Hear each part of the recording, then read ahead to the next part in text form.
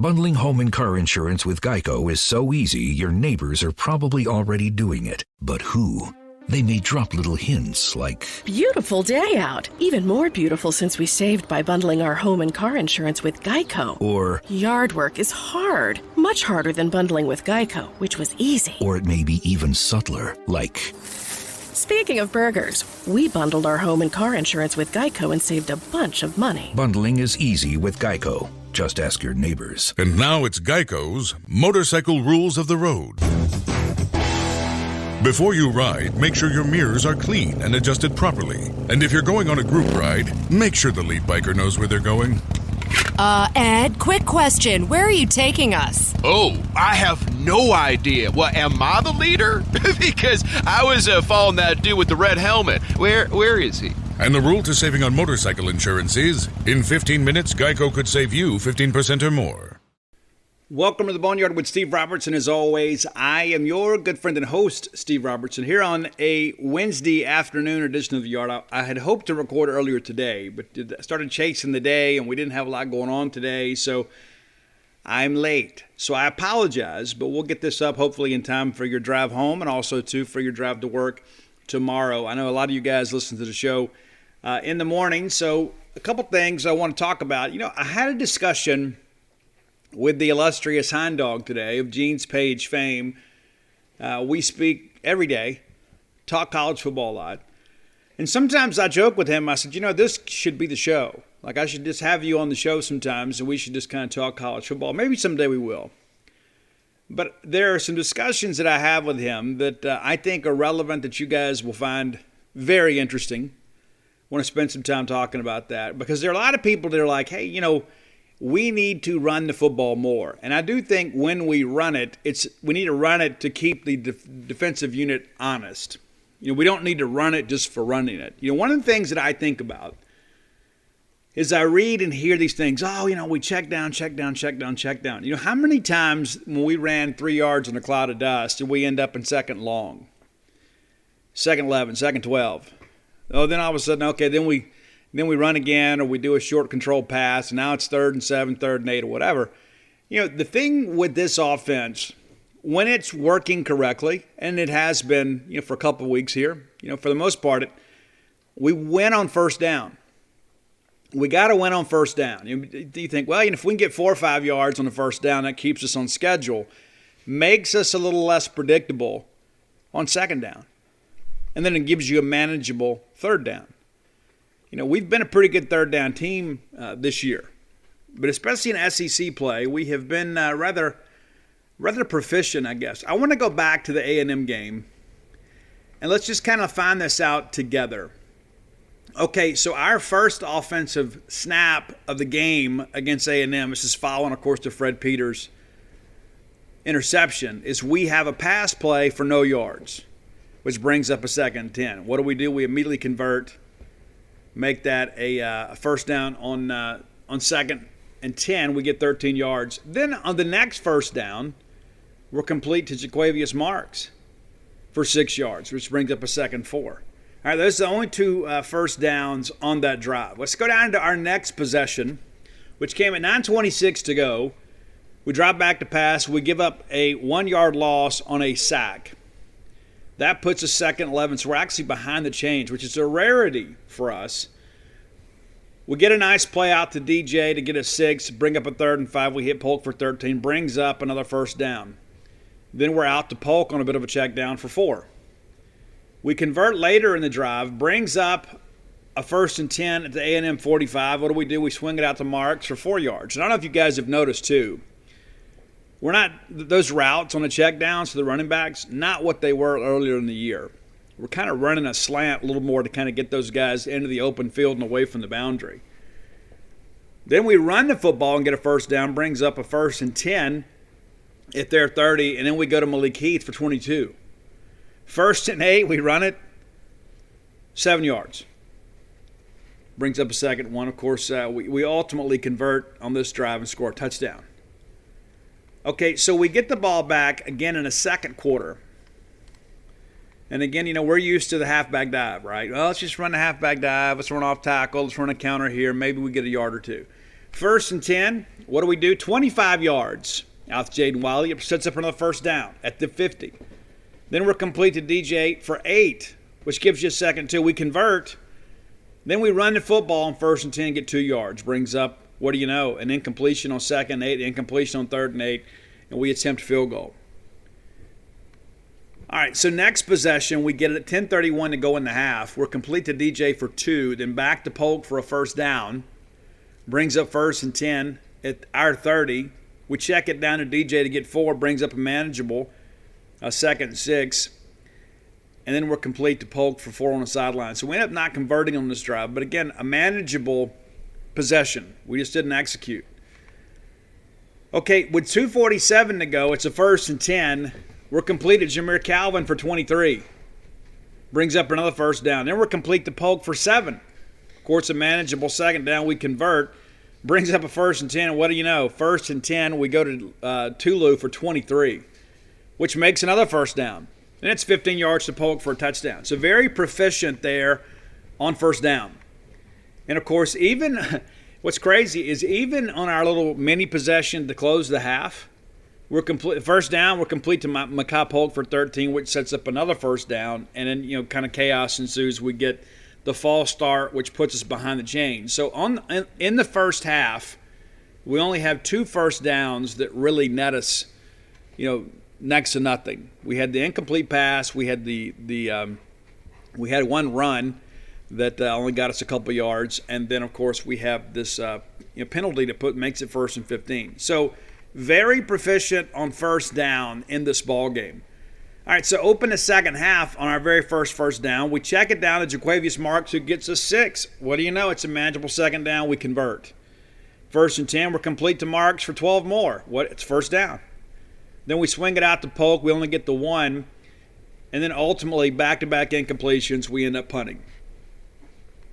That drive is, again, kind of a microcosm of the point I'm trying to illustrate here. First and 10, we're incomplete at Jameer Calvin, but we end up actually the next play, we get 17 to Tulu, brings up another first down. We find Makai Polk for 6, which makes a manageable second down. We convert, another first down. Ends up being a first and 5. We swing it out to Wally and just get the 1. But second and 4, what do you know? We convert again. We run it for 3 yards at end time to Dylan Johnson. We end up converting on second down. First and 10, we're incomplete at Jameer Calvin again. We go right back and hit Makai Polk for a touchdown. So again, a little inconsistency, but we're still managing second down pretty well. But for the most part, we're winning on first down in this ball game. To close out the third quarter, our very first down of this drive, with 1:18 to go in the third, is we're complete to Marks for 9 yards. Then we run for a first down. Complete to DJ for 4 to run out the quarter. We get into the fourth quarter. It's a second and 6. We end up converting, but there's a holding penalty. And this is when things kind of got chaotic for us. We end up getting the first down on a 3rd and 16 due to a pass incompletion, and then we check it down to Heath, and he's tackled out there in space for no gain.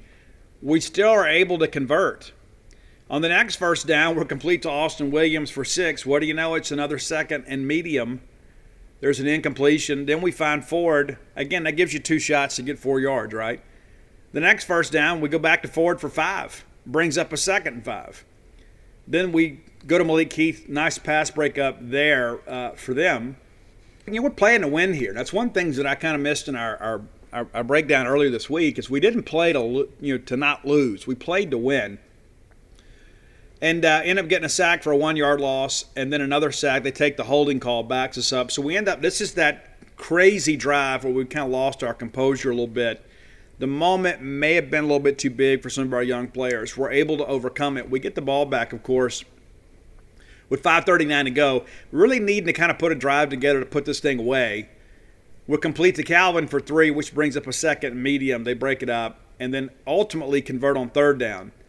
We check it down to Marks for 3, which brings up a second and 7. We go back to him, and then ultimately punt and pin them back deep. And, of course, we have the big defensive stand there. 3 consecutive great plays by the defense to basically win the game. And then the final first series, I guess the final first down of the final series, we run the football for 4, And by this time too, we're feeling it a little bit. That's one of the things too about passing as much as we do is you save a little wear and tear on the offensive line. They stay a little fresher longer. We get the big 4-yard gain there. And then with the clock running down and one timeout of theirs left to exhaust, Dylan Johnson runs for 6 to get the final first down in the game to put this thing away. And so I think it's important to understand, this offense, winning on first down makes second down more manageable and gives you an opportunity to stay out of obvious passing downs. Even though we throw it a lot, we have a little different strategy with every bit of that. And so I think it is so important for us because if we win on first down, then we can run. We can do that short and intermediate passing game, just kind of keep moving the sticks and stacking these first downs together. Whereas in years past, we go out there and automatically run on first down, try to get a controlled pass or another run on second down, and then brings up third down. I mean, how many times have we seen it? Run on first, run on second, and then complete on third down. We're a lot more unpredictable when we can win on first down. And one of the things that I have heard from some of our folks out in Aggie land is how frustrated Elko and the defensive staff were with us just kind of checking down, working the underneath stuff, and the next thing you know, you can't get off the field. Well, then you get aggressive. It's like, okay, listen, we're not going to let him just sit back there. We're going to bring the heat. And then they decide to bring 5, sometimes 6, and next thing you know, we're in man coverage, and Mekhi Polk, Austin Williams is just beating their markers. And so what we're beginning to see here is we're beginning to see this offense mature. You're beginning to see some of your younger players kind of get it, kind of understand things. And I just kind of wanted to point that out. So it's not as, hey, let's just go run off tackle here. Maybe we can get a yard. Next thing you know, we're 2nd 9, 2nd 10. So that's going to happen when you have, a defensive player and incompletion. But more times than not, and you saw it in the A&M game, we just recapped it. When we win on first down, that ultimately prevents 3 and outs. You know how many 3 and outs we had against A&M? 0. So everything in many respects is kind of predicated on first down to keep you out of 3rd and 12, 3rd and 13, things like that. And how often do you see that? I mean, minus a penalty, we are rarely ever behind the chains on third down. It rarely ever happens. And you begin to look at this, you start thinking, if we can swing the ball out in space, we're not expecting that check down to break. That's not what we're looking to do. It's not like we expect that to go for a touchdown. We're trying to put ourselves in a situation to move the chains. So you swing it out there and you get 4 or 5 yards on first down. Next thing you know, you get 2 cracks to get 5 or 6 more and get it on the first down. And so I hope that makes a little more sense. Because I read this stuff like, we need to run the football more. Guys, we're going to run to kind of set up the pass. We're going to run when the defense gives it to us. Kind of like against LSU. LSU was working with a 3-man front, and then the linebackers were all bailing out. And so really all we had to do was get one big block. And next thing you know, it's 4 or 5 yards. So we did that. Now, A&M was a lot different. A&M didn't run a true 3-man front. I mentioned that on Monday. Yeah, there's 3 down linemen, but they're walking up a couple guys. They're walking up an edge defender and or a backer or 2. And so in some respects, you're kind of seeing a 5 and 6-man front. It's basically a bare front. And so it's more difficult to run against that. But what that does do is open up more in the intermediate passing game. And people say, we're throwing the ball down the field more. Well, yeah, we are, but a lot of that's kind of dictated on how the defense is trying to attack us. LSU stays back, we run the football. A&M plays up, we throw the football behind them. And so there is an answer to everything. It's just a matter of executing. Speaking of execution, there's nobody executing hamburgers better right now than Bulldog Burger Company. You know exactly where I'm going with that. Listen, you need to go enjoy yourself. You work hard. You put up a lot of nonsense. Sometimes you just need some time away. Sometimes you want to save mom or save yourself from, sitting down, having to go, we got to get off work, find something to eat, go cook it. Next thing you know, by the time you help with homework, it's 9 o'clock, your time to go to bed. Rather than give that time away, maybe save yourself some time, spend some family time. Spend some alone time with the people you care about at Bulldog Burger Company. 3 great locations to serve you. University Drive here in Start Vegas, that's a flagship. Gloucester Street there in Tupelo, and then the brand new one. run by my friend Ian Few down there on Lake Harbor Drive in the Flowwood area. You'll enjoy that. It's a great place, great location. That's one thing that I'll say. Sometimes people will put their name on anything, right? Not Bulldog Burger Company. They always have great locations. They always do. These people are part of the Eat With Us restaurant group. They know how to feed folks. Let them feed you. Go see them today. Have the spring rolls and get that chocolate shake to go. You'll be glad you did. Bulldog Burger Company, the place where people go to meet. MEAT. All right, first of all, I want to congratulate everybody that makes the Mississippi-Alabama roster. I want to spend some time talking about that, and then we're going to talk a little bit about, what to expect the rest of the Bulldog season. It's time for us to kind of take kind of a mid-season inventory, but I don't know if you guys have kept up with this. I'm a huge fan of the Mississippi-Alabama All-Star Game. Now, they call it the Alabama-Mississippi All-Star Game, but they're wrong. They're wrong. It's the Miss Al game. We call it that for a reason. The Al Miss game just doesn't make any sense. All right, so let's run down who made the list and kind of what their connections are. Maybe you'll be familiar with that. All right, Cabe Barnett, quarterback out of Oak Grove. He makes it, 6'3", 186. Zack Wilkie out of Hernando, Southern Miss commitment, if memory serves me correct. Branson Robinson, the top player in the state this year out of Germantown, committed to the University of Georgia. Really like him a lot. Mississippi State was in the game with him early on. His recruitment exploded. And that's the thing, too. It's like, with a lot of the backs that these days, we're going to have to kind of get a specialized back. A guy that can carry it and catch it. Not to say that Branson can't, but, these are a lot of guys that want to go carry it 25 times a game. He kind of matches that Georgia power running game. So it's not necessarily anybody's fault. It's a thing that always people, we got to keep those kids in state. Sometimes if you get a chance to go play for a national championship in an offensive system that fits your skill set, maybe better than what's available to you in state, you're going to go do that. Cameron Young, running back out of West Point, also makes it. Kenyon Clay out of Union High School, I've met him, really like him a lot. He is also committed to Southern Miss, and I think he'll do a good job there. A good job of recruiting by Will Hall and Reed Stringer and the staff down there. These are the kinds of guys that Jeff Bauer built the program on. Blake Gunner from Madison Central, thought he may be an Ole Miss guy early on. They didn't do much with him. But he's a guy, too, that's certainly a Division I prospect. Colton DeShazo out of Iberville, tight end, H-back type guy. Don't know much about him, but congratulations to you and your family. Janoris Hobson, Mississippi State commitment. Janoris Hobson, wide receiver out of Horn Lake. Big fan of him. I have him ranked as the number 2 receiver in the state of Mississippi this year, behind the next guy on the list, Larry Simmons of Moss Point, currently committed to Ole Miss. He surprised everybody when he committed, not just who he committed to, but when he committed. Now, he has continued to take some campus visits to Mississippi State. I am told by my sources down there at the Gulf Coast not to really expect any drama from him. He may take a visit or two, but unless LSU gets real serious about him, he's headed to Ole Miss. He's been committed to them for a while. And even though he's taken in a few trips, he's never really said or done anything to suggest that his recruitment is still going to be open. Jerry Johnson out of Pearl State has recruited him a little bit, 5'9", 170. I really like him more as a defensive back, but I understand he wants to have the ball in his hands. He's going to make a really good player for somebody. I think it'll be at the G5 level. Jeremiah Dillon from Towertown. This is a guy, too, man. He's got a lot of things working for him. Really fast guy, long. Jordan Anthony from Towertown, kind of the same thing. You hear all these skill guys down at a classification like Towertown's working with, and you begin to wonder, man, how does anybody compete against those guys? Kevin Miller, offensive lineman for Coach Josh Morgan there at Warren Central High School. Stratton Smith out of Oxford High School, 6'2", 285.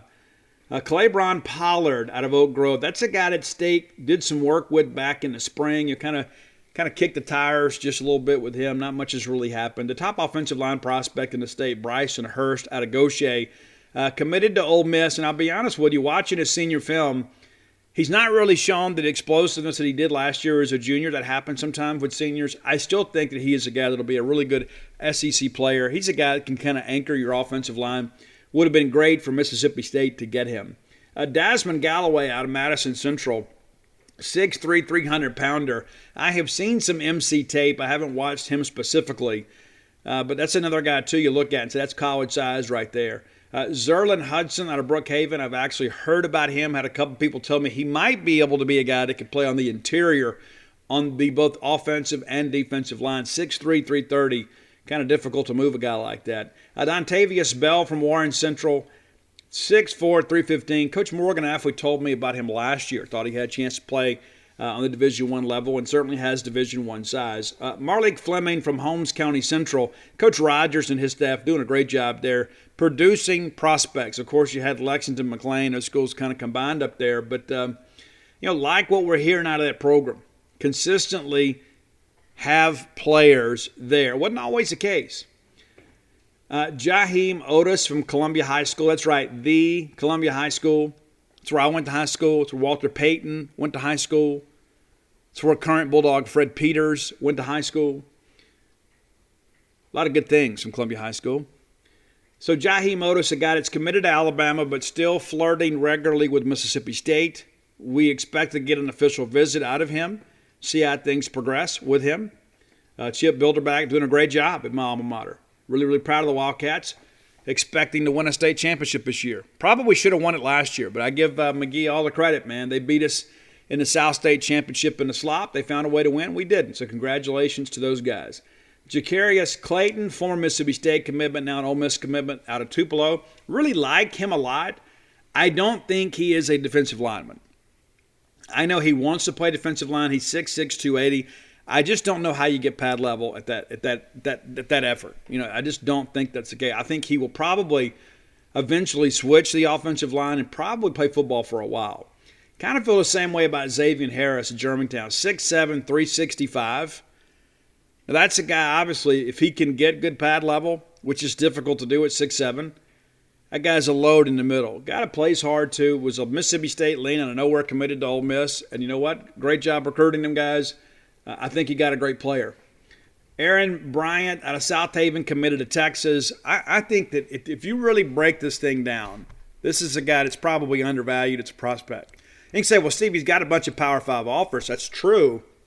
But I don't know that that I expected him to become what he has become. I like his film a lot. But his recruitment, his kind of got going. But I don't know that he's really ranked appropriately. And he's a guy that you could probably see kind of move up once we have these, Mississippi, Alabama All-Star practices. I think he is probably on the recruiting ranking watch list. Jeremy Jackson out of Pearl, 5'11", 290. R.J. Moss, Mississippi State commitment out of Biloxi, 6'4", 255.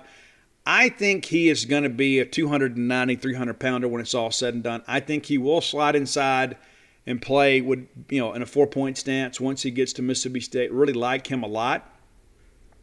Trevion Williams from Crystal Springs, 6'5", 252. Some people had him considered a linebacker.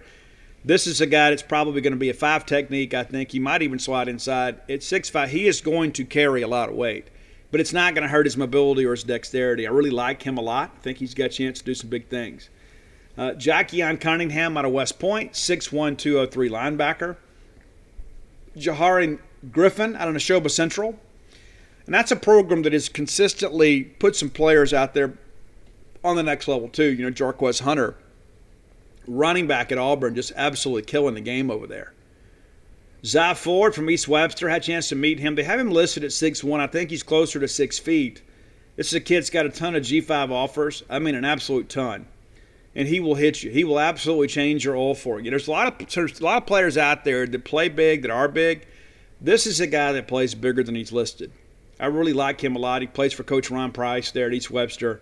Known Ron a long time, a great coach. Not the least bit surprised to see East Webster starting to churn out some prospects on a little more regular basis. Mario Wilburn out of Lafayette, plays for Coach Michael Fair. Saw him play last year against Mooreville.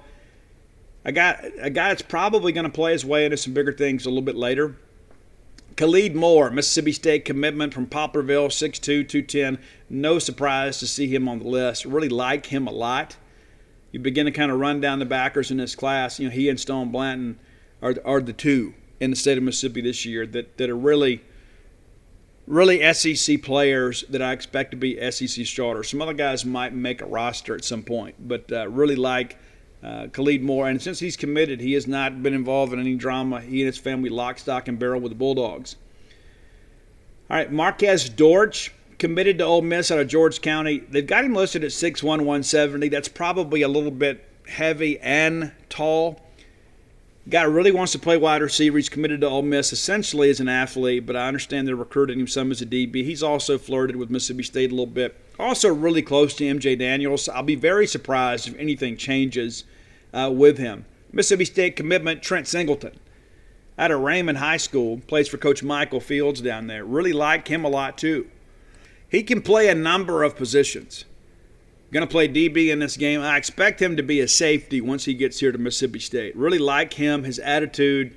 This is a guy that wanted to go through the process and just kind of be sure of his decision. And since that time, he has been busy recruiting for Mississippi State.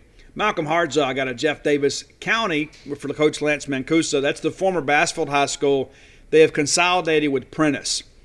So it's now Jeff Davis County, as if Bassfield needed to be any stronger. Mancuso has that thing rolling down there. Now you've got the benefit of a bigger student body to pull from. Ricky Fletcher, also from Holmes County Central, committed to South Alabama. Played some corner at one of our camps. I thought he really stood out.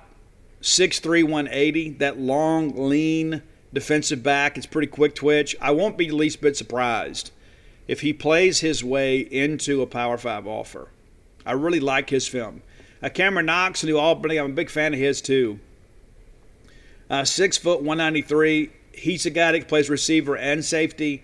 I like this wide receiver film, but I think he's probably a guy that just kind of get in where he fits in. Wherever you have a need, you can plug him in. Great young man, really, really excited about his future. State has flirted with him a little bit. He came to camp, no offer. Cedric Beavers out of Taylorsville, 5'10", 165-pound defensive back there. Haven't seen Taylorsville play this year, but I know the brand of football that they have played there in years past. My cousin Chuck Robertson was the coach a couple years ago when they won the state championship. So I know the caliber of athlete down there for the Tartars. Gabe Showalter out of St. Martin, the kicker. Had a couple people send me his stuff saying, hey, Mississippi State needs to take a look at him, maybe as a walk-on. Alex Rozier from Oak Grove, the long snapper, playing for Coach Drew Causey there with the Warriors. And then Kamari Rogers makes the team, but, of course, he has the torn ACL. So he's still on the roster, so he'll get to go enjoy the process, but will not play in the ball game. And wish him a speedy recovery, to say the least. Really think a lot of Kamari and his coaches. His dad has always been a wealth of information, not just about his players, but about other players. Like if he plays against somebody, he doesn't mind sending you a text and saying, hey, this kid can really play. Or you call him and say, hey, coach, if you see anybody out there you think is coming up the rankings here in the next few years. So Mississippi State also has Dante Russell make the Bernard Blackwell game. That's the north-south game. And so immediately people say, hey, what does that mean he's overrated? No, that's not what it means at all.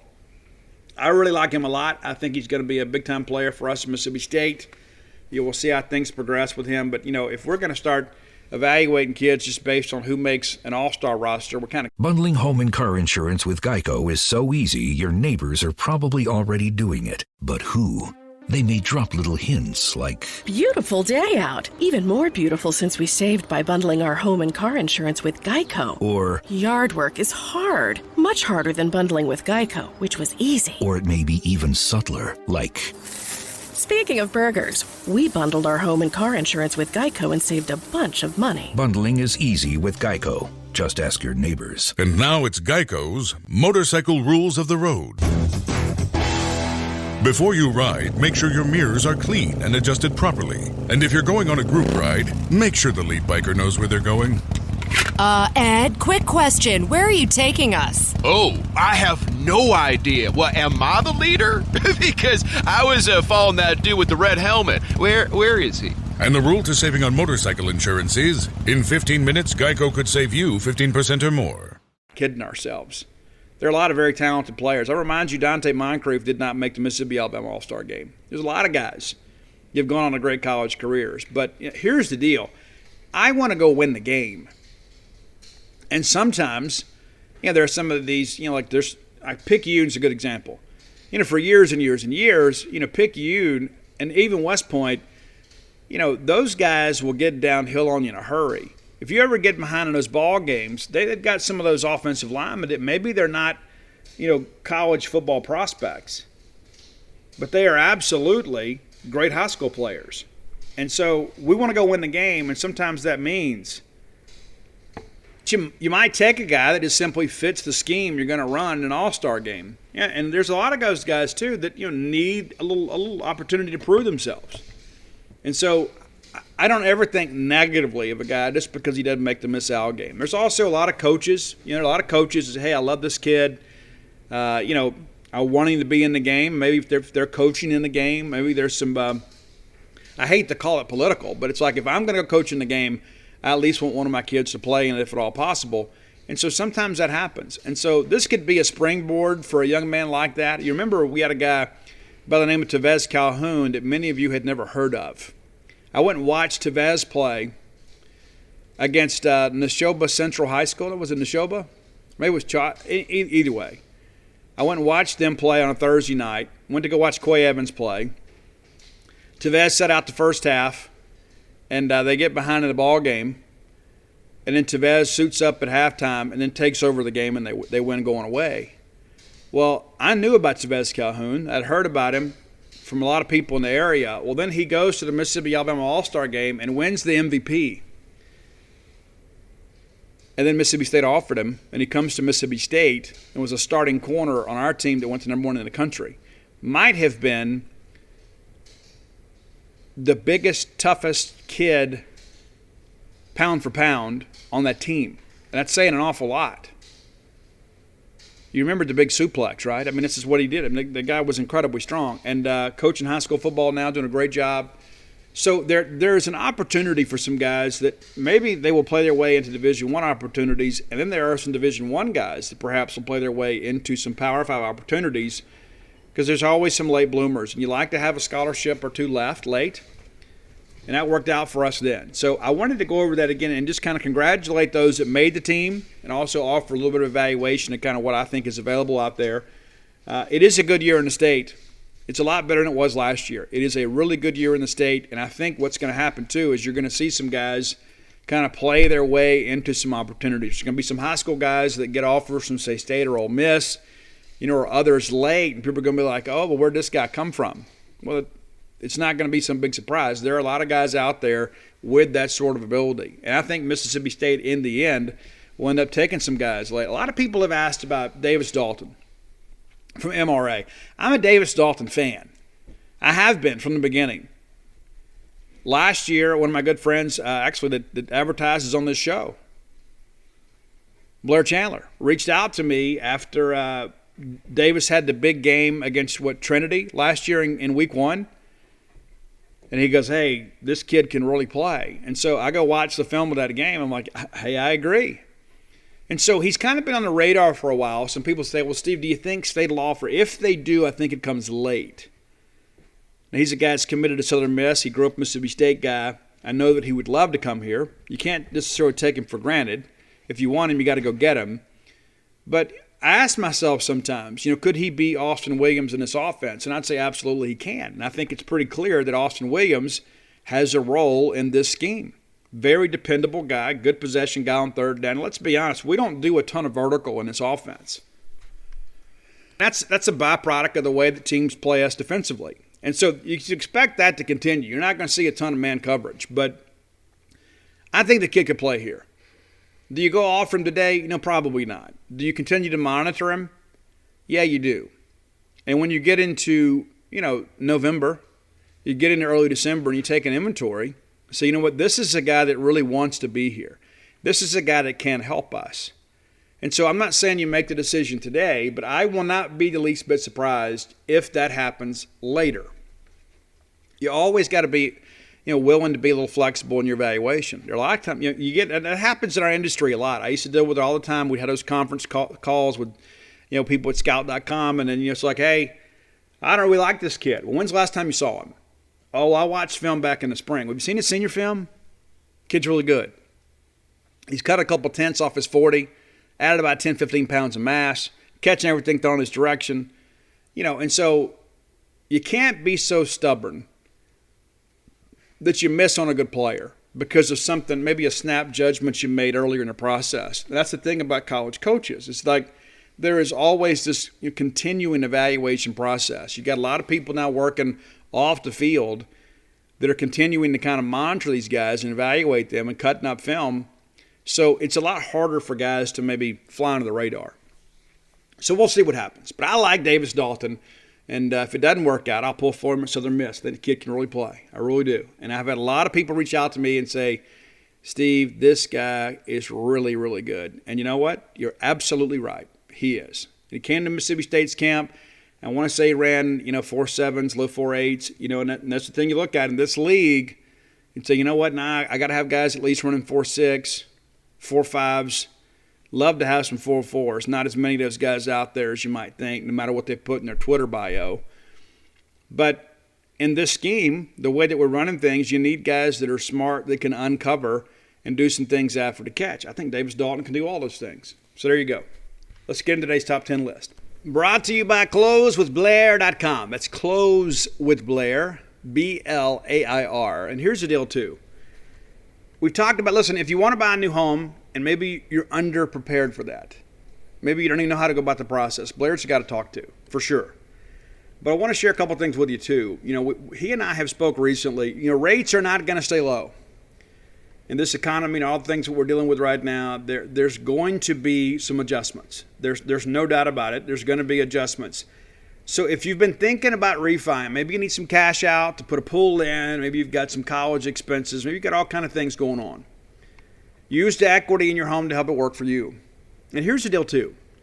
Because of the fact that Blair loves Mississippi State, loves Mississippi State fans, and loves Boneyard listeners, who are the best of Mississippi State fans, he's going to give you a little bit of some help here. Whether it be a purchase or a refi, a second loan, you're going to have an appraisal. Those costs have gone up. And so to kind of offset some of your expenses, if you mention to Blair that you have heard about him on the Boneyard, he's going to pay for your appraisal. That used to be a $300 value. It's gone up between $500 and $600 because everybody's taking advantage of lower rates. Trying to say, hey, let me get out of this 30-year mortgage and get into a shorter term. So that could be you.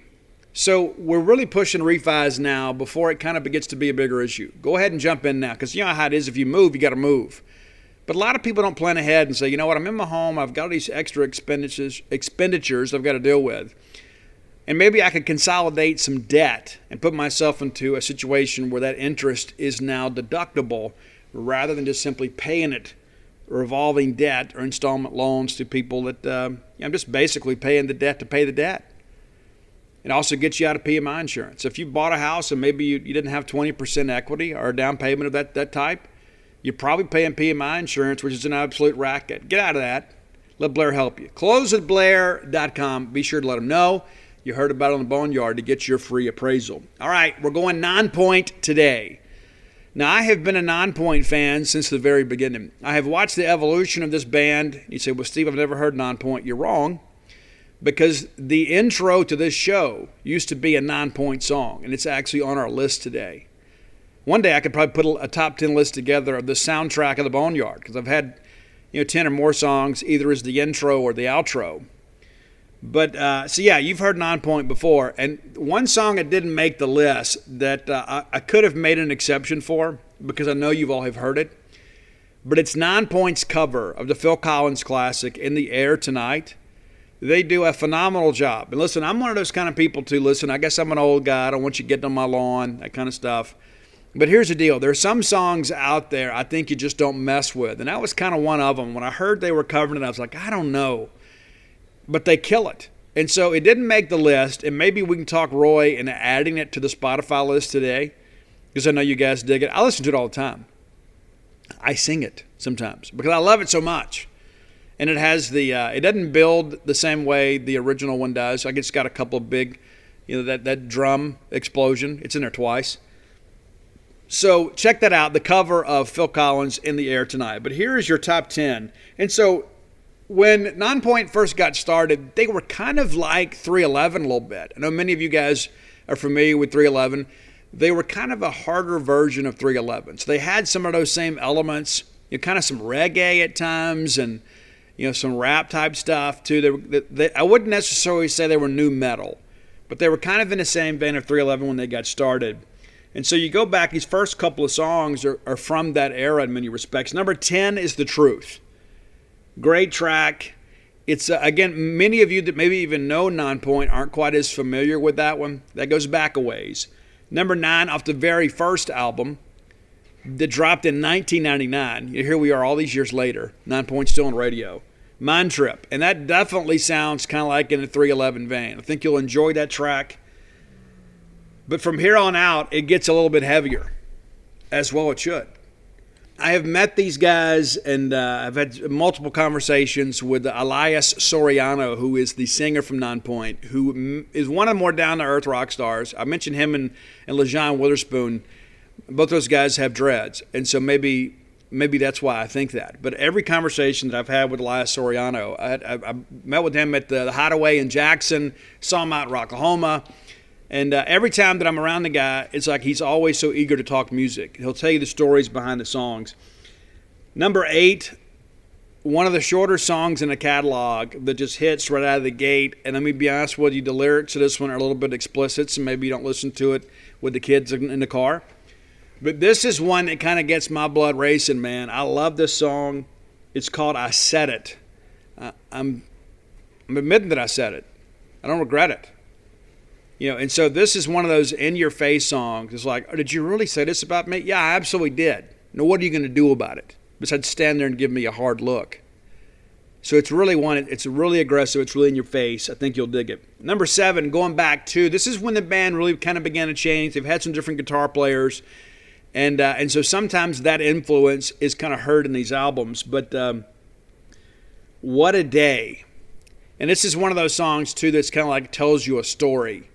There are a lot of them that just, there are all these cryptic lyrics and you don't really know what's going on. This one kind of tells you a story about Elias's day. And he tells me it's a true story. So, based on a true story. I'm sure he took some liberties with it. Number 6, off the self-titled album, which I think is actually the best Nonpoint album. There are a lot of people that will argue with you this and say, you know what?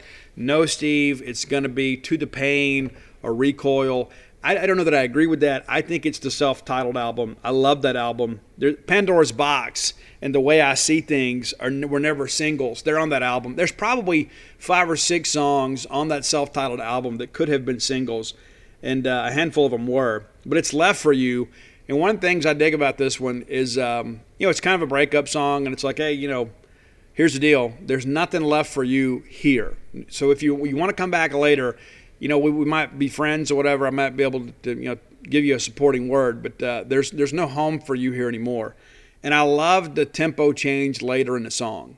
There's so many times it's kind of predictable. Like, oh, I know what's going to happen. But they kind of pick up the tone a little bit late, kind of pick up the rhythm. The timing changes. It's a great tune. Number 5, there have been times this has been my favorite Nonpoint song. And it's Alive and Kickin'. And I'm not a guy that gets lyrics tattooed very often. I've only got one, and that's from Chris Cornell from Fell on Black Days.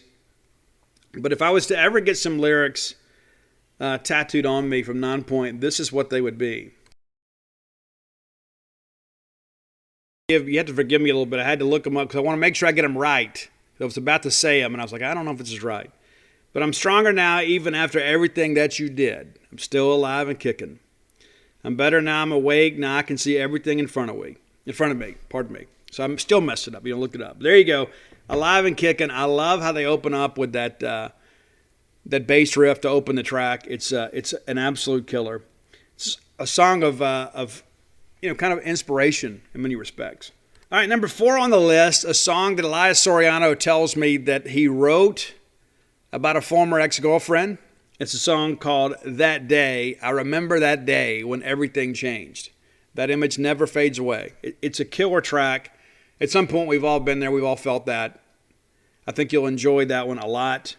That's also off the self-titled album. Number 3, they always close the show with this one. I'm almost positive about that. And this is one of those songs, like if you ever go to a non-point show, like maybe they're opening for somebody that you're excited about and you've never heard of non-point, this is the one that sends the Coliseum or the club into absolute orbit. And it's called Bullet with a Name on It. I got a bullet with a name on it. I love that song.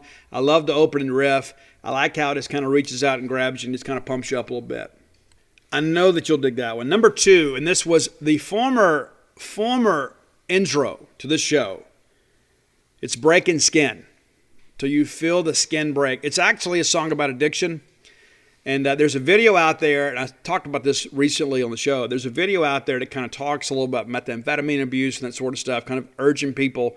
It's like it's not the same drugs you're used to. They're changing. They're getting more toxic. They're killing people. And so that's really what it's about. It's about jonesing, having those incredible cravings. And so I wrote a song about it. It's not long enough. That's one thing I'll say. I dig the song, and I love the guitar riff. I wish it was longer. It's one of those songs you just don't want to end. But number one, and I know you guys are pretty excited about this one, right? Many of you, if you know non-point, you probably know what it is. It's the song Miracle. I absolutely love it. This album was produced by another name in modern heavy music, and that's Chad Gray from Mudvayne and Hell Yeah. Mudvayne kind of reuniting while Hell Yeah kind of figures out what they do in the wake of Vinnie Paul's untimely death. But Chad actually sings on this track too later. He's the second voice late in the third chorus. But it's Miracle. You need a miracle. It's great. It's one of those songs too. It's about, you know what? You're coming at me. You think you're going to win. You're wrong. You're going to need some intervention to win. So that's your top 10 non-point songs. I really dig them. I think you will dig them too. If you don't know non-point, I suggest you listen to them. And again, this list's very diverse. You know, you kind of see kind of the evolution of the band. They start out kind of 311-ish, and then they get a little bit heavier. And, you know, when BC joined the band from My Empire here a few years ago, they did Chaos and Earthquakes and a few other ones. And the Poison Red album. And so now BC is retired, just can't physically do it anymore on the road. He's a younger guy, too. Just hadn't really taken care of himself. Met him. He's a great guy, too. But so been a little bit heavier the last couple of albums. But I think you'll find that sweet spot. You'll find something in the non-point catalog you really dig. So there you go. Non-point top 10. If you have ideas for the top 10, reach out and let me know. I'm happy to do them. Roy will put them on a list. All forms of social media at Scout Steve R. All right, next segment of the show brought to you by Campus Bookmart. That's right, campusbookmart.net, your one-stop shop for Mississippi State merchandise. So if you can't come to town, that's where you should visit them at campusbookmart.net. Maybe you live out of state. Maybe it's difficult to get to a game, but you still want to support a Stark villain business. You can do that by going to campusbookmart.net. And by being a loyal Boneyard listener, we'll save you a little cash just for making the trip over on the interwebs. Use promo code BSR, which stands for Beautiful Steve Robertson. And I'm not joking. That's exactly what it stands for. You think it's a game. It's not. That'll get you free shipping on all orders over $50. And let's be honest, Christmas time is coming up. You want to save some money wherever you can. Get some Mississippi State merch from a Starkville business, and we'll reward you a little bit. How about that? If you're in town, go by and see Standing Man, Miss Kathy Brown, Miss Pam, Candy, everybody. Everybody up there is great. They'll treat you great, too. They'll treat you like family because in their minds you are. Again, that's campusbookmart.net, promo code BSR. Okay, so when we started this whole thing, this football thing this year, I said that I believed that 7-5 was probably the over-under. Got a good chance to be 7-5. And you think, okay, well, that gives us a game to work with. We end up dropping one we shouldn't. You know, we're still bowl eligible. Guys, I think at this point, after the win this past Saturday, a game that many people expected us to lose, I think there is a lot more hope and belief in Starkville and in the Mississippi State fan base. Because, like, you know what, hey, we knew it wasn't going to be a great year. And then we dropped that game to Memphis. And you're like, oh, man, we had no margin for error. And now we've really put our backs against the wall. Well, now we're kind of back on schedule. And that's not to say that we shouldn't be 5-0. We should be. But we're not. We're 3-2. So we got to find 3 wins somewhere to achieve bowl eligibility. And right now, I know some of you are like, your head is spinning. We should want more than just to be bowl eligible. You're absolutely right. But considering that we went 4-7 last year against an all-SEC schedule and then won a bowl game, this is a step in the right direction. We have been trending in a negative direction since Dan Mullen left. Can we all agree on that? Right? Like him or not, we have been going in the wrong direction since Dan Mullen left. Now, Dan's got his own problems now. Dan might be wishing he stayed at Mississippi State. But Dan leaves following the 17 season. We go 8-4 in 18 with a national championship caliber defense. We go 6-7 in 19 and then 4-7 in 20. And so, we had gone down 2 wins a season, 3 consecutive years. And so now we're beginning to trend back up. And so that was kind of the hope, considering this young nucleus on offense. It's like last year we kind of got our feet wet. This year we're taking some steps forward. Got a chance to be a really good football team in 2022. I think if we're all honest with ourselves, probably our goals heading into 2021, have a winning season, get the egg back, go win a bowl game, right? That's whether it be the Liberty Bowl, the Music City Bowl, whatever bowl, we just need to have that additional, practice sessions for bowl practice, and then have some juice heading into the off season. Say, hey, we won 2 bowl games in a row. Been to a bunch of them in a row.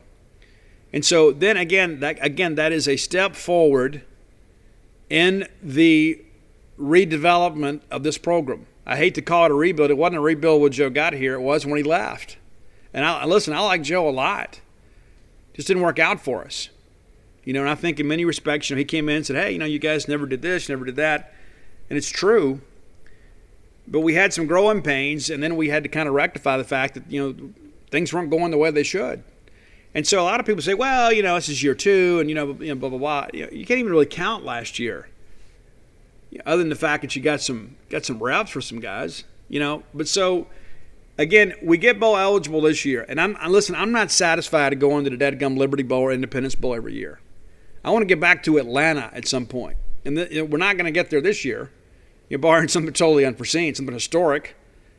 But the reality of it is, it's okay, let's get back, let's earn our way back into a bowl game and kind of begin trending in a positive direction again. And so that's a natural step in that process. Let's win, 6, 7, 8 regular season games, go win a bowl game.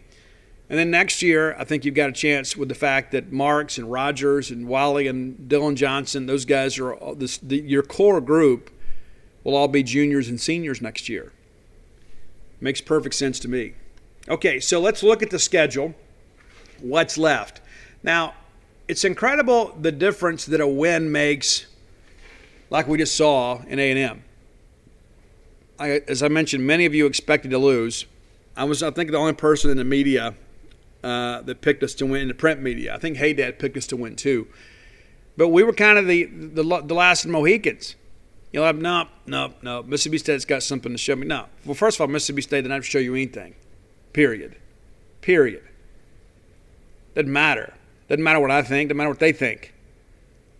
But this is a game that we won. And one of the reasons there's a lot of reasons it was important. Number one, it's an SEC road win and one step closer to bowl eligibility. It's a game you weren't expected to win by many. But it also gives you a win headed into the bye week, which gives everybody a chance to kind of take a little bit of a deep breath. Not to say that we let up on the gas any. But now all of a sudden you don't have this dark cloud hanging over your head. You're 2-3 with Alabama coming to town, and everybody's accepting that as a sure loss. And why wouldn't they? We hadn't won since 2008. Dan Mullen couldn't beat them, one of the greatest coaches in our history. So there's nothing out there that would suggest, hey, State's capable of pulling a major upset here. And so I hope we can go out there and compete a little bit, but I don't expect us to win that game, and I don't think anybody else does either. That's the thing about playing Alabama. You don't enjoy playing them. You just kind of endure it. They're just at a different level. But if we had lost last week and then we knew we had a sure loss coming, you start thinking, we're 2-4. We haven't even played the game yet. 2-4 at the halfway mark, which means you got to win 4 of the last 6 to get bowl eligible. Well, now you're looking at 3-3. So now you've got a little more room to work with, and you've got some winnable games down the stretch. And I'm a competitor, and I hate to sit here and say, hey, we're going to lose to Alabama, but I believe we're going to lose to Alabama, right? You'd like to see us play a little more competitive than we did last year. But the reality of it is they're at a different level than us right now. And maybe, sometime in the years ahead we can get there. We're not there yet. I'll tell you another thing I kind of stumbled upon too. I had one of my conversations with the illustrious Hound Dog, and I shared this with Bo Bounds earlier today too. I don't know that people appreciate this. This is a stat too from last year's Texas A&M game. I don't know. Many of you are going to be surprised by this. I don't know if you know this. Last year against Texas A&M, Will Rogers came in relief of KJ Costello. Will Rogers was 15 of 18 for 120 yards and a touchdown and took 1 sack. We gave up 6 sacks on the day, and it's so interesting, too. Like, the A&M people were like, I don't understand. We ran over him last year. Well, you had James Jackson play in center last year, and he didn't know how to call the protections. That's inside information that other people in the media just simply don't have. So in the second half of that ball game, we put Cole Smith in at left guard so Cole could call the protections. And so, yeah, the reason it was a jailbreak, not to mention A&M had some war daddies on the defensive line. Not that they don't this year, but there was something a little more to that. There were some things that we didn't do. It wasn't just they were better. We've improved our personnel, but at the same time, too, Will Rogers played well against A&M last year. And so it shouldn't just be some huge surprise that Will Rogers comes out and has a good game against A&M. And the fact that A&M wasn't better prepared for that, I think says a lot about maybe that staff. Okay, so let's just go ahead and skip Alabama. Okay, let's go ahead and call that a loss, right? I don't think I'll get any dissenting opinions there. I hate to feel that way, but that's the reality of life. So then we're 3-3. We'll make a road trip to Nashville. We should be able to out-athlete them. That's not to say that I don't think they'll come out and play hard. I'm sure they will. I just don't think they've got the dudes to run with us. So I'm going to go ahead and count that as a W for Mississippi State. 4-3. Well, then we get Kentucky at our place. Now, you guys know I'm not a big fan of Kentucky, but I have to admit that Kentucky is better than I expected them to be. I still think we have a good chance to win that ball game. I think this is actually a pretty good matchup for us. I mentioned last week on the show we were previewing Florida, Kentucky. And this is, again, one of those conversations you have with friends. You got to think nobody in the SEC, and since Dan Mullen's tenure, has seen his offense more than Mark Stoops of Kentucky. Nobody. Because he played them every year at Mississippi State because of the fact they were our permanent Eastern opponent. And then they play them every year because they're in the East. So they are the only team that has seen Dan Mullen's offense every year. So it's like, you become familiar with it, and you kind of tried and would try this and try that. This is a guy that has historically kind of given Dan Mullen some trouble. So it's not a huge surprise. And I said, don't be surprised if they're in the ballgame. I am surprised they won, but they did. Had the block, field goal, return for touchdown. It's just some crazy things happen. And Dan's in trouble. Really, he's not in trouble losing his job. I think he's in trouble of really sliding there at Florida. Confidence in that administration is eroding in many respects. But I think we can win the game. I'm not ready to call it, but yeah, I think that's certainly a game we can win. We talk about how many times we have struggled to win at their place in recent years, right? They don't play well here. And, Dan Mullen used to just beat them ungodly. Now, they're recruiting at a higher level, I think, when Dan first got here. But, kind of looking at these numbers here, at the full games list, we beat them 28-13 back in 19. That's the Garrett Schrader game, Garrett's first SEC start. Makes a play to win the game late. 17, we beat them 45-7 at our place. We beat them in 15, 42-16. Beat them in 13, 28-22. That was a really tight ball game for us.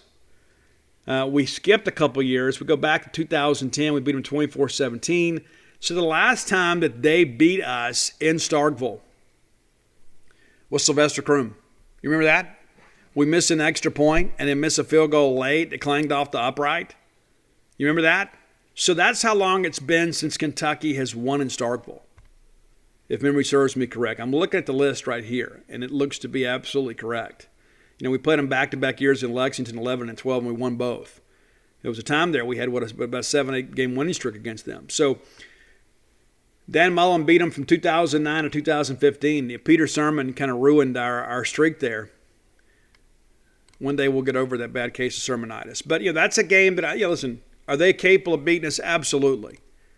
But we should find a way to win that game. We didn't play well up there last year. KJ fell apart. We threw a bunch of interceptions, threw balls into coverage. But offensively, they did absolutely nothing against us. Nothing. We gave them the game. We did. We only scored 2 points. You don't think Mike Leach is ready to get those guys back on the field? You know he is. Then we got to go to Arkansas. You say, you know what, Steve? We hadn't won up there a lot, but we have actually in recent years. We went a long time without ever playing in Fayetteville. Played Little Rock all the time. It took us forever to win in Arkansas. When we finally did, Dak got hot up there. We put together a pretty good stretch. Dak never lost to Arkansas. Remember that 2015 game up there was absolutely outstanding. And so I don't know if Arkansas is quite as good as we thought, because when you look at their record now, how good do those wins over Texas and Texas A&M really look? Those are the things that I look at. Is now that the season has kind of come more into focus, you kind of begin to ask yourself, okay, well, they beat Texas and they beat A&M, but what does that mean now? What does it mean? Are they just a good team and then not a great team, or a good team that kind of beat some mediocre teams? I don't think we really know yet. But I don't think at any point you look at this thing and say, hey, that's a sure loss. It's tough to go up there and play. But, offensively, they did some really good things early on. And then A&M kind of slowed them down a little bit. And then Georgia absolutely slowed them down. 38, 40, and 45 points in the first 3 games. You scored 20 against A&M. And we just played them. They're good defensively, but I wouldn't say they're on the level of Georgia or Alabama. They're good. And then they get shut out, by Georgia. And so it's like the more tape it's out there about what Kendall Briles and those guys want to do on offense, the better it is for us. But, if I had to call it today, I'd probably call that one a loss, just because of the fact it's difficult to go on the road and win. But at the same time, too, maybe we learned a few things from this past weekend. Now, here's the one thing that I'll say I think is very, very important. This is a good matchup for us. And the reason it's a good matchup is Arkansas wants to run the football. They have a dual-threat quarterback, KJ Jefferson. You take away his first read, put him in a decision-making process, he'll give you the football some. And if you look at, Georgia and those guys really slowed him down. So if they want to come out and run the football, I don't think they have a back that's nearly as good as Isaiah Spiller. I think this could be a very competitive ball game. I really do. I don't know that they're going to be able to score with the same proficiency against us that they did early in the year. All right, then we got to go to Auburn. Always a tough place to play. I'm going to go ahead and tell you now, I don't expect to win that game. That's not to say I don't think we'll be competitive. We were competitive last year. You remember it was a one-score game, and then Martin gets beat. He's in press coverage. You're supposed to be in cloud, and the guy runs right by him, and they make a great throw, put the game away. And they danced in our locker room, and then Gus got fired anyway. But it's tough for us to go play over there. And so that's an interesting stretch. It's like, that's the thing, too. You win that game against Kentucky, kind of takes a little pressure off you as you get into those 2 road trips there. But, it'd be nice to win one of the 2. I actually think Arkansas is probably more likely than Auburn. We have taken some good teams to Auburn and absolutely imploded. And I'm not sure, what they're going to have cooked up on offense by then. But, Bo Nix is a guy, too, that I think is undervalued as a mobile quarterback. You can't get pressure on him. Now, you can force him into some bad throws, but he's so athletic you just can't get him on the ground. He's just one of those guys that can extend plays. And until we improve, our pursuit angles as blitzers, he's the guy that kind of scares me a little bit. All right, Tennessee State, we're counting that as a W. And then Ole Miss, of course, coming to start. Well, that's a toss-up. I'm not scared of Ole Miss. I know many of you are. I'm not. We should have won the game last year. I think we're going to win it this year. I think we'll be ready to go, and I like the fact that we have Tennessee State the week before, so hopefully we can get a lead at the half, let the kids play in the second half, kind of shut things down, be ready to roll the rest of the season. So, I'm going to go ahead and say it right now. So, here's the deal. So, we're going to be 3-3, then we're going to beat Vanderbilt and be 4-3. I'm going to go out on a limb here and say we beat Kentucky, 5-3. Lose to Arkansas, lose to Auburn, which makes you 5-5. You beat Tennessee State 6-5, and the Egg Bowl is basically playing for bowl positioning. That's how I see it today. I may see it differently later. That's how I see it today. So in case you're wondering, that's how we get to bowl eligibility and have a little room to work with. Got to win all the games we're supposed to and win a toss-up or 2. We could conceivably, find 7 or 8. 8 wins. I don't think that's out of their own possibility. But I don't want the exuberance of the weekend to kind of wash over what many of us expected and kind of hoped for this season. It's easy because when we lose, things are never as bad as they seem. When we win, they're never as great as they seem. So I think it's good to have some balance. Yeah, we're going to probably drop a game we shouldn't. We're going to win one we shouldn't. And that's the thing, that there's going to be up and down with some young teams, with some young players. But I think winning on the road at A&M gives you a lot more confidence that you can probably put some things together when you make those road trips to Vanderbilt and Arkansas and Auburn. And I think there's a good chance you win 2 of those 3. And again, I'm picking Arkansas and Auburn as a loss right now. But again, I think Arkansas is actually a good matchup for us. I really, really do. I think we can go up there. If we play within ourselves, we got a chance to win that ball game. And so that could be the difference in 7 wins or 8 wins. But I think right now that all of us are confident that we are going to make a bowl game. And while 6-6 is not at all, I mentioned I thought that was the floor at the beginning of the year. A lot of people in the SEC media picked us to be 4-8 and 5-7. So I just want to be able to beat expectations, get back to the bowl game, and then continue to build towards next year, because I really believe we're going to have a really good team next year in 2022. I think we have a chance to get back to a Florida Bowl and, again, start seeing this thing kind of take shape for us as we begin to move forward kind of with life. All right, final segment show brought to you by Portico. That's right, your good friend Brooks Bryant, part of a great group that's bringing this great residential development to Starkville, just right outside of campus. 1.1 miles from campus, right there near all the fun, but away from all the hustle and bustle. It's on the backside of campus. Very, very easy to find.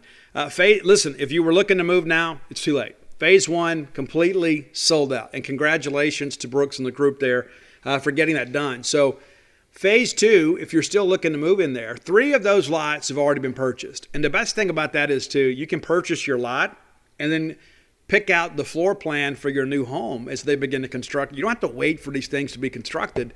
You can say, hey, look, this is our lot. We want a 4-bedroom, and this is how we want it to lay out. And so all that's done, and Brooks can answer all your questions. It's very easy to get to. You turn off of 82 onto 12, like going to campus.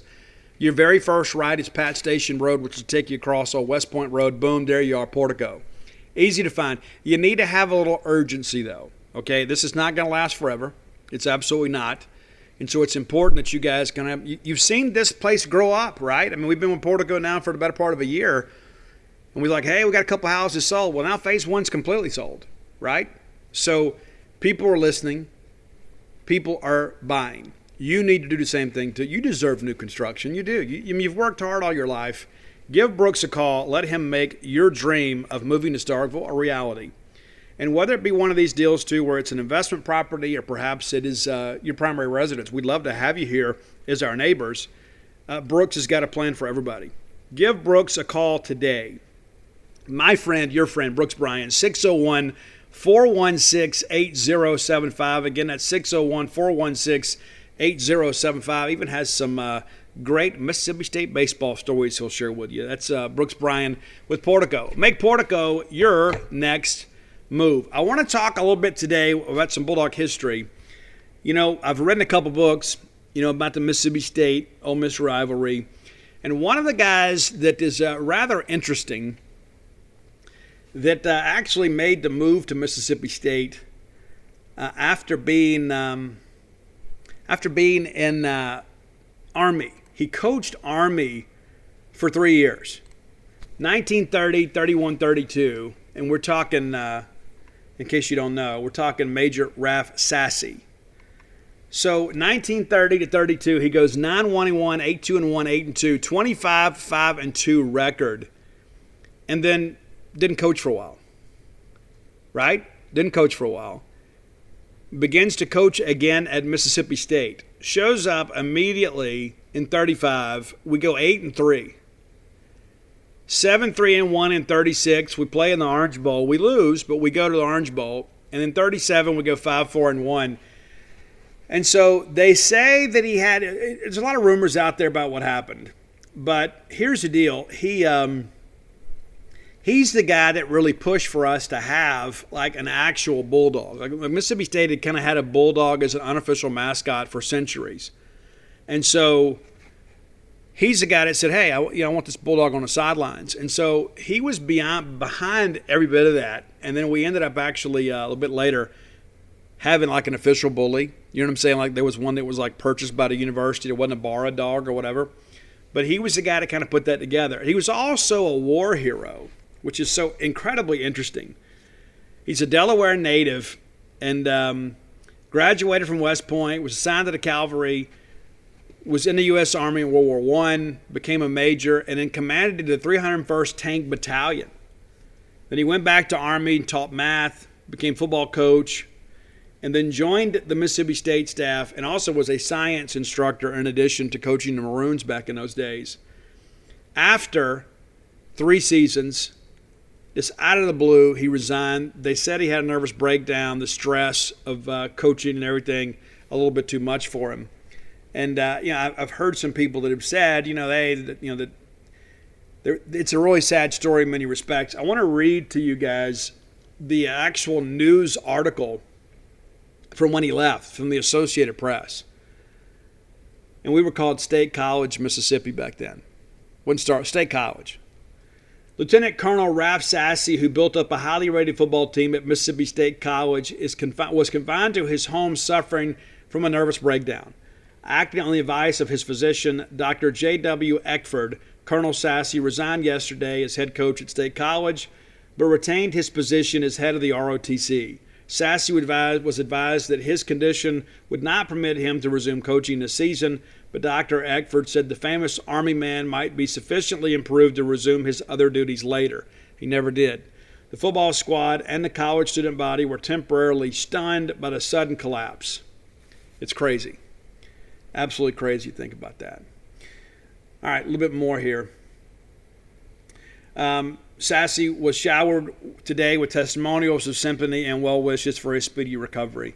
And so it's you have a war hero come in here and kind of turns things around and then kind of makes an imprint on the Mississippi State football experience, and then he's gone. And again, it's pretty crazy to think about how accomplished a guy like him was, and then he comes here. And I have not found any record of him coaching after that. Now, he went to Pennsylvania Military College after that, but was the athletic director there, but never really did, any on-the-field coaching that I'm aware of since then. I did some research, of course, and I was writing about him in the books, but he died in 1954 at age 65 in Rehoboth Beach, Delaware, which is not too far from Wilmington. That was his place of birth, but this is a guy, too, obviously because we were an A&M school, right? It made sense that you'd have a military man here, not just to run the ROTC, but the football program. But, 3 seasons, all of them winning seasons for the Mississippi State Maroons. It's so interesting, too. A lot of people have said that we wish we'd go back to the nickname. I'm a Bulldogs guy all the way, 100%. But, kind of running through some of these things here, you're looking at these, the list of coaches, with Mississippi State. We hadn't had a lot of guys that weren't fired. I mean, there's very few. I mean, we've had some other guys like Darrell Royal and, Murray Walmouth and Dan Mullen that have left us, for other jobs. But this is one that wasn't fired. It was successful and then still, left the program. It's very disappointing in many respects. It's one of those things you look at and you begin to think, how crazy is it that you have a winning coach and then he all of a sudden has these medical and mental issues and you end up having to see him retire. And if memory serves me correct, we played the last 2 games without him and then we won them, kind of in his honor. The troops kind of rallied around that. Spike Nelson came in, the next year and we go 4-6. And then Alan McKean comes in and ushers in a new era of Mississippi State football. But, it's just kind of crazy how life works. But, some would say, that's a very Mississippi State story. It is. But, Major Sassy, thanks to your family and your contributions to Mississippi State football, you gave us some good years. Wish it would have ended better for all involved. But I think it's important that we go back and recognize these folks and kind of remember where we've come from. It's like one of the things I've learned about life, it's not always where you're going, it's where you're coming from, right? And for us, we've been coming from a lot farther back than many other people have. And so I want to share that with you too, because as great as we've been in baseball all the years, we've always had great tradition. Hadn't always been the case in football. And one of the things I learned talking to Coach Bob Tyler and some of our older players is that, we didn't really get serious about, physical conditioning, that sort of stuff, till Bob Tyler got here. There were a lot of people that they didn't even lift weights in the offseason. They rested. That was kind of the belief of the day, is, you kind of worked on your own. But because your head coaches at Mississippi State back then, they didn't just coach football, they coached everything.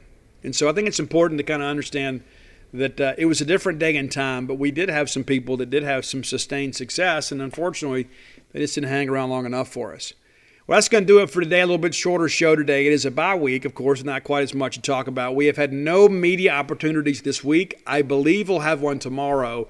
And then Friday we'll sit down, we'll talk about that, and also, too, kind of preview the SEC weekend to come. If you hadn't done so, go to dogpilethebook.com. That's DAWGPILE, thebook.com, and pre-order your copies of Dogpile to ensure that you get a book. If you pre-order, you're definitely going to get a book.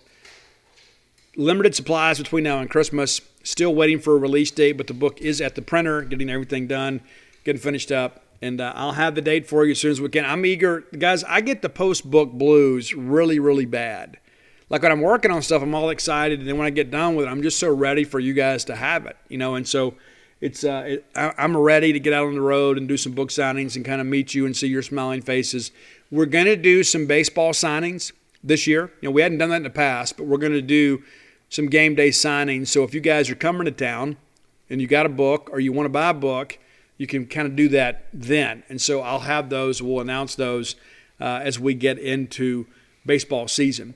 While you're there, you can pick up personalized copies of Flim Flam, Alpha Dogs, and Stark Villains. If you're looking for Blooms of Oleander, and many of you are, because I still get messages every week on where to find it, you can order it through your local bookstore or to Amazon.com, BooksAMillion.com, or Barnes & Noble. Appreciate all of your support. Until next time, let's all live our lives in a way we'll make more friends than enemies, and people can see a difference in the way we live. If you've got a passion for pumpkin, you've got to get to Dunkin' and pick these up. Our new Pumpkin Cream Cold Brew. Smooth, bold cold brew topped with velvety pumpkin cream cold foam. And our delicious pumpkin spice signature latte. Rich espresso topped with whipped cream, caramel drizzle, and cinnamon sugar. And our perfectly pumpkin donuts, munchkins treats, pumpkin muffins, and more. That's how we pumpkin at Dunkin'. Pick your pumpkin at Dunkin', like our new Pumpkin Cream Cold Brew, pumpkin spice signature latte, and our perfectly pumpkin treats. America runs on Dunkin'. Price and participation may vary. Limited time offer. Exclusions apply.